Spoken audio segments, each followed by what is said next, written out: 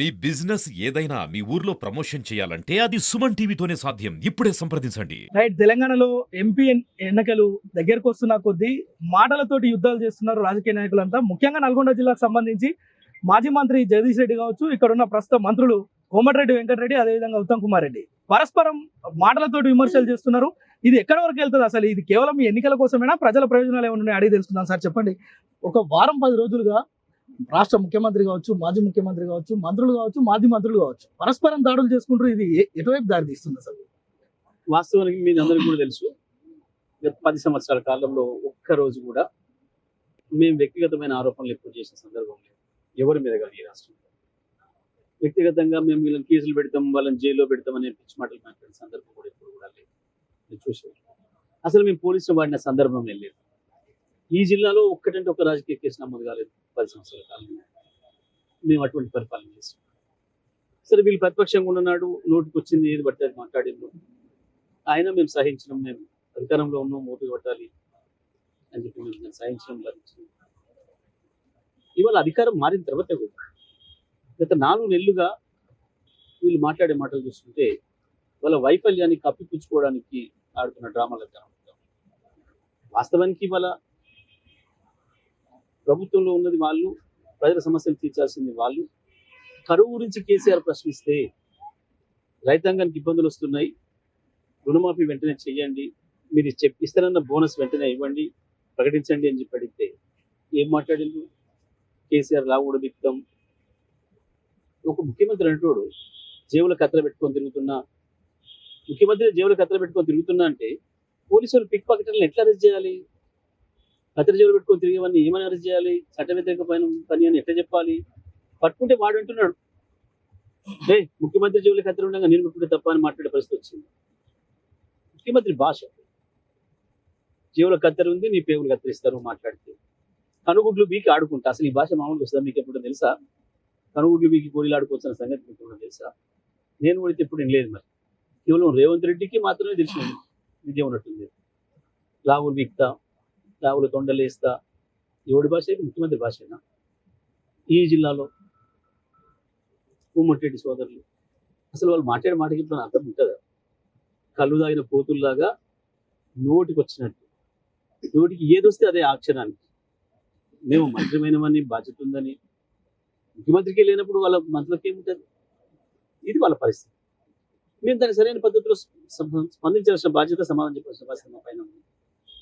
ఇప్పుడు ఇంకా నేనే మంత్రినని, కేసీఆర్ ముఖ్యమంత్రి అన్న పద్ధతుల్లో వాళ్ళు వ్యవహరిస్తున్నారు. ఇప్పటి వరకు కూడా మేము బాధ్యతలోకి వచ్చినాం, ఈ సమస్యలు పరిష్కరించాల్సింది మేమే అని చెప్పేసి సోయి రాలే. ఇంకా మా మీద దాడి చేస్తున్నారు. రైతులు, ఓట్లు వేసిన రైతులు మిమ్మల్ని నమ్మి కేసీఆర్ 10 ఇస్తుండ్రు, మాకు 15 ఇస్తున్నారు, 2 లక్షల రుణమాఫీ చేస్తున్నారు, 500 బోనస్ ఇస్తున్నారని చెప్పి నమ్మి మీకు ఓటేసిన రైతులు మాకు రైతు బంధు రాలేదు అని అడిగినందుకు చెప్పుతూ కొడతాం. ఎవడన్నా రైతు బంధు రాలేదంటే చెప్పుతూ కొడతాం. మీ మీడియా సాక్షినే వచ్చినాయి ఇవన్నీ కూడా. నేను మాట్లాడుతుంది ఇది కూడా అక్షరం ఉంటుంది. మరి ఇటువంటి వాళ్ళకు స్పందించాల్సిన అవసరం, ప్రజల తరఫున నిలదీయాల్సిన బాధ్యత మా మీద ఉంది ప్రతిపక్షంగా. కానీ ఇవాళ కరువు పరిస్థితి వచ్చింది, తప్పకుండా మేము రైతుల తరఫున నిలబడాలి కదా, ప్రజల తరఫున నిలబడాలి కదా. అది మేము చేస్తున్న పని. కానీ వాళ్ళు ఏమంటున్నారు, కేవలం ఈ ఎంపీ ఎలక్షన్స్ వరకే వాళ్ళు మాట్లాడతారు, తర్వాత ఎవరు కూడా మీడియా ముందుకు రారు, కేవలం ఫామ్ హౌస్ లకే పరిమితం అవుతున్నారని చెప్పి విమర్శలు చేస్తున్నారు. సరే, మేము కొట్లాడమా, మిమ్మల్ని నిద్రపోనియమా? మేము ప్రతిపక్షంగా ఉన్నాం, మేము ఎట్లయినా ఉండొచ్చు.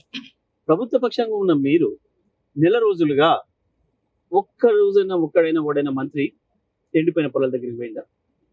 కాలిపోయిన మోటార్లను చూసిందా? చచ్చిపోయిన రైతుల దగ్గరికి పోయిందా? ఏదైనా ఒక్కటి జరిగిందా దీంట్లో? నా ప్రజల తరఫున కాదు, మేము కదా కొట్లాడాల్సింది. నువ్వు ప్రభుత్వంగా నువ్వు స్పందించట్లేవు, నీకు దున్నపోతు మీద వాన పడ్డట్టుంది. నీకేం మాట్లాడినా ఏం అడిగినా సరే మీరు ముఖం లేకుంటుంది. మీరు అంతకుముందు అన్నిటికీ అయినదానికి కాందానికి ఎగిరెగిరి పడ్డ వెంకటరెడ్డి ఎందుకు నెల రోజులుగా మీకు జిల్లాలో మీకు కనబడతలేడు?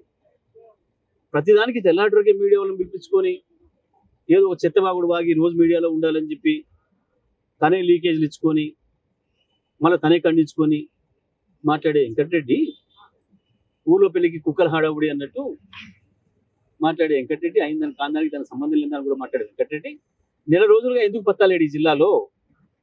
ఎందుకు ఒక ఎకరం పొలం దగ్గరికి పోయి చూడలేదు? ఒక రైతుకు ధైర్యం ఇవ్వలేదు? ముఖం లేకుండా ఉంది వాళ్ళు, తప్పించుకొని తిరుగుతుంది వాళ్ళు. ఇవాళ ఎన్నికల అవసరం ఉంది కాబట్టి ఈ మాత్రం తిరుగుతున్నారు. ఎన్నికల తర్వాత అడ్రస్ కనపడదు, మళ్ళీ 4.5 ఏళ్ల తర్వాతనే వస్తారు. కాంగ్రెస్ పార్టీకి మొట్టమొదటి నుంచి కూడా అలవాటు హామీలు ఇచ్చుడు, మోసం చేసుడు, ఎన్నికలు మళ్ళీ ఎన్నికల నాడే బూజు దులిపి గవాల బయటకు వెళ్తారు తప్ప మళ్ళీ తెల్లారి నుంచి పార్లమెంట్ ఎన్నికల తెల్లారి నుంచి పత్తా ఉంటే చూడు వెంకటరెడ్డి అంటూ మీకు జిల్లాలో దొరికితే సార్ మొత్తంగా ఒక విషయం చెప్పండి, ఇప్పుడు పార్లమెంట్ ఎన్నికలు ఉన్నాయి, రాష్ట్రంలో ఎన్ని సీట్లు వస్తాయని ఆశాభావం వ్యక్తం చేస్తున్నారు? మీరు చూస్తున్నారు. ఇవాళ ఇప్పటికి కూడా ఈ రాష్ట్రంలో ఎవరి మీద ఎక్కువ విమర్శలు చేస్తున్నారు రెండు పార్టీలు అంటే మాటలు అర్థం అవ్వాలి మీకు. అధికార పార్టీ మీద జనరల్గా విమర్శలు చేస్తే ప్రతిపక్షాలని కదా ఎక్కడైనా రాష్ట్రం దేశంలో. ఇవాళ బీజేపీ కేసీఆర్ మీదనే మాట్లాడుతుంది, కాంగ్రెస్ కేసీఆర్ మీదనే మాట్లాడుతుంది. నేను జాతీయ పార్టీలో ఇవి మా ఎన్నికలను మాట్లాడే ఈ పార్టీలు ఈ రాష్ట్రంకి వచ్చేసరికి కాంగ్రెస్ బీజేపీ విమర్శ చేస్తలేడు, బీజేపీని కాంగ్రెస్ విమర్శ చేస్తలేడు. కరువు మీద బీజేపీ ఒక్క మాట కూడా మాట్లాడలేదు మొన్నటి వరకు. రేవంత్ రెడ్డి 3 మీద ఒక్క మాట ఇంతవరకు ఒక్క రోజు కూడా పశుపదాలం మాట్లాడలేదు. 4 నెలలు అయితే తన అధికారంలోకి వచ్చి కేసీఆర్ ప్రతిపక్షంలో పోయినా ఇంకా కేసీఆర్ మీద మాట్లాడుతున్నారు అంటే ఏంది? బీఆర్ఎస్ పార్టీ మాత్రమే బలంగా ఉంది ఈ రాష్ట్రంలో. వీళ్ళిద్దరూ అభ్యర్థులు లేక వెతుక్కుంటున్నారు. వీళ్ళిద్దరికి అభ్యర్థులు లేక మా పార్టీ నుంచి వెతుక్కునే పనిలో ఉన్నారు. కేసీఆర్ తయారు చేసిన నాయకులు తీసుకునే పనిలో ఉన్నారు. వీళ్ళు ఇంకా బలహీనంగా ఉన్నారు, గెలుస్తారన్న విశ్వాసం లేదు. వాళ్ళ పార్టీ అభ్యర్థులు వాళ్ళే పెట్టుకుంటే గెలుస్తామన్న విశ్వాసం లేదు. 16 సీట్లలో గెలుస్తారన్న విశ్వాసం ఉన్న ఏకైక పార్టీ బీఆర్ఎస్ పార్టీ.